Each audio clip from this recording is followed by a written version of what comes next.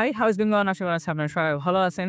আমরা গতকালই iOS 26.1 এর যে আপডেটটা রয়েছে অফিসিয়াল সেটা পেয়ে গেলেও আজকে কিন্তু আমরা iOS 26.2 বেটা 1 এর যে আপডেটটা রয়েছে সেটা কিন্তু পেয়ে গেছি।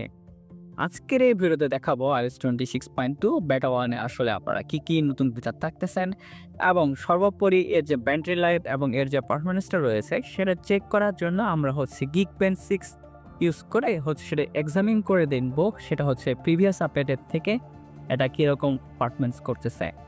আর মূল ভিডিওতে শুরু করার আগে ছোটোখাটো একটা রিকোয়েস্ট, যারা আমার চ্যানেলটা সাবস্ক্রাইব করেনি আজকে বলে যাচ্ছে আপনারা আমার চ্যানেল সাবস্ক্রাইব করে ফেলবেন।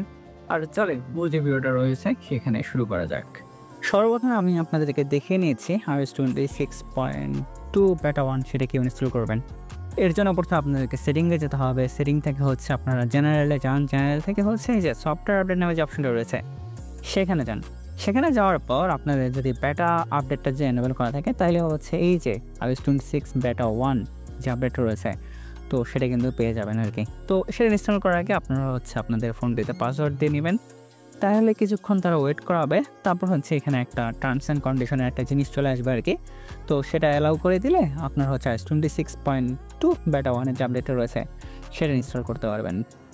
সর্বপ্রথম যে আপডেটের যে ফিচারটা রয়েছে সেটা এখানকার যে ক্লকটা চাইলে কিন্তু এখন থেকে এর যে একটা টিন্ট এবং যে গ্লাসের যে একটা ইফেক্ট রয়েছে সেটা কিন্তু এখন থেকে আপনারা এখান থেকে মেনটেন করতে পারবেন। সেটা যে কোনো প্রকার যে ক্লক ফোনগুলো রয়েছে সেখানেও কিন্তু আপনারা সেই জিনিসটা অ্যাপ্লাই করতে পারবেন। যেমন ধরুন আমি এই ক্লকটাকে একটু মিনিমাইজ করে নিলাম, তারপর ক্লকটাকে সিলেক্ট করলাম, তারপর নিচের দিকে একটা নতুন যে টগল বারটা পাবেন আর কি, সেটা দিয়ে আপনাদের এই যে ক্লকটা রয়েছে সেটা কতটুকু গ্লাসি রাখতে যাচ্ছেন নাকি ফ্রস্টেড রাখতে যাচ্ছেন সেই জিনিসটা কিন্তু এখান থেকে আপনারা ডিসাইড করতে পারবেন।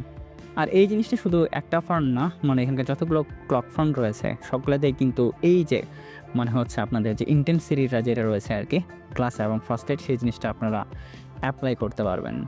এর পরবর্তীতে যখন আপনার রিমাইন্ডারে যাবেন আর কি, তো সেখানে কিন্তু সরাসরি নতুন স্প্ল্যাশ স্ক্রিন দেখাবে আর কি। তো এখানে কিন্তু আসলে বেশ কিছু নতুন ইউজফুল ফিচার তারা অ্যাড করেছে আর কি আপনাদের যে আইফোনের যে ডিফল্ট যে রিমাইন্ডার অ্যাপ্লিকেশনটা রয়েছে। তো আপনার এখানে স্প্ল্যাশ যে স্ক্রিনটা রয়েছে সেটা দেখতে পেলেনি। তারপর যখন আপনি এখানে একটা নতুন একটা রিমাইন্ডার আপনার যখন আপনার অ্যাড করতে পারবেন আর কি, তো সেক্ষেত্রে আপনাদের যে নোটিফিকেশন পাওয়ার যে বিষয়টা রয়েছে আর কি সেক্ষেত্রে আপনার এই জিনিসটা একটু ভালোভাবে মেনটেন করতে পারবেন যাতে কোনো রিমাইন্ডার যাতে মিস না হয়।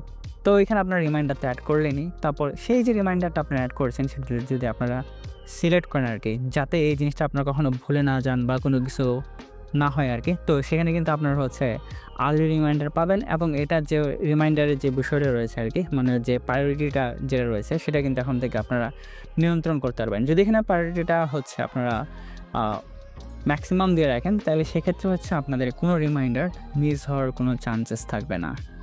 এর পরবর্তী আরেকটা ছোটোখাটো অ্যাপ আপডেট রয়েছে সেটা পডকাস্টের ক্ষেত্রে। যারা পডকাস্ট শুনে থাকেন আর কি তাহলে এখানে আপনারা একটা নতুন সুবিধা পাবেন। সেটা এখনকার যে পডকাস্টগুলো রয়েছে সেগুলো কিন্তু আপনার চ্যাপ্টার আকারে দেখতে পারবেন এবং এখানের যে প্রোডাক্টের যে মেনশনগুলো রয়েছে সেগুলো কিন্তু আপনারা এখান থেকে সামারাইজ করে দেখতে পারবেন। যেমন ধরুন আমি এখানে জিনিসটা কন্টিনিউ করে দিলাম, যদিও আসলে আমার এখানে পডকাস্টে কোনো সাবস্ক্রিপশন করা নেই, তারপরে আমি এখানে দেখিয়ে দিচ্ছি।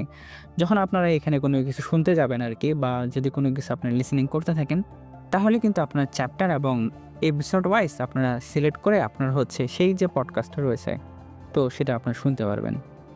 নেক্সট যে বিষয়টা রয়েছে সেটা আপনাদের নিউজের যে নিচের দিকে যে জিনিসটা রয়েছে আর কি, তো সেখানে কিন্তু একটা গ্লাস ইফেক্ট অ্যাড করেছে আর কি, যেটা অনেকটা অ্যাপ স্টোরের মতো। আগে কিন্তু এই যে গ্লাস ইফেক্টের যে টগলটা ছিল এই জিনিসটা কিন্তু ছিল না। এখন থেকে আপনার যদি আপনাদের অ্যাপেল যে নিউজগুলো রয়েছে সেগুলো যদি চান তাহলে ঠিক অন্যান্য জায়গাতে যে গ্লাস ইফেক্টটা তারা ইউজ করেছিল আর কি, নিউজ নামে যে অ্যাপ্লিকেশনটা রয়েছে তো সেখানেও কিন্তু আপনারা এই ধরনের যে ক্লাস ইফেক্ট যে জিনিসটা রয়েছে সেটা দেখতে পারবেন। এর পরবর্তী যে বিষয়টা রয়েছে সেটা আপনারা যখন আপনার স্ক্রিনটাকে শেয়ার করেন তো সেখানে কিন্তু আপনারা নোটিফিকেশন দেখতে পারবেন। এর জন্য আপনার সেটিংয়ে যেতে হবে। সেটিং থেকে নোটিফিকেশন নামে যে অপশনটা রয়েছে সেখানে যান, তারপর স্ক্রিন শেয়ারে যান। শেয়ারিং স্ক্রিনে যদি আপনাদের নোটিফিকেশনটা ডিসেবল করা থাকে এটা যদি আপনি এনেবল করে দেন, এর পরবর্তীতে আপনারা যখন আপনাদের ফোন থেকে কোনো কিছু স্ক্রিন শেয়ার করবেন তখন কিন্তু একটা সাথেই আপনারা একটা নোটিফিকেশন পেয়ে যাবেন যে আপনাদের স্ক্রিনটা শেয়ার হচ্ছে। তো এর পরবর্তী যে বিষয়টা রয়েছে সেটা iOS 26.2 বেটা 1 যেটা রয়েছে আর কি, তো সেটার যে বেঞ্চমার্ক স্কোরটা রয়েছে তো সেটা আসলে কীরকম পারফরমেন্স করতেছে সেটা আমি আপনাদেরকে দেখিয়ে নেই। এখানকার যদি আমরা মাল্টিকোর স্কোরটা দেখি iOS 26.2 বেটা 1 এর, সেখানে কিন্তু আসলে কাকতালীয়ভাবে সেটা পুরো ৭,০০০ স্কোর তারা আসলে পজিশনিং করে নিয়েছে আরকি। তো এরকম মানে খুব রাউন্ডেড স্কোর সচরাচর দেখা যায় না। তারপরে যদি এর সাথে আমি প্রিভিয়াস যে অফিসিয়াল আপডেটটা রয়েছে সেটার সাথে যদি কম্পেয়ার করে দেখি আরকি, তাহলে দেখতে পারবেন যে কারেন্ট যে বেটা আপডেটটা রয়েছে সেটা আগের থেকে ১০০ পয়েন্ট কম।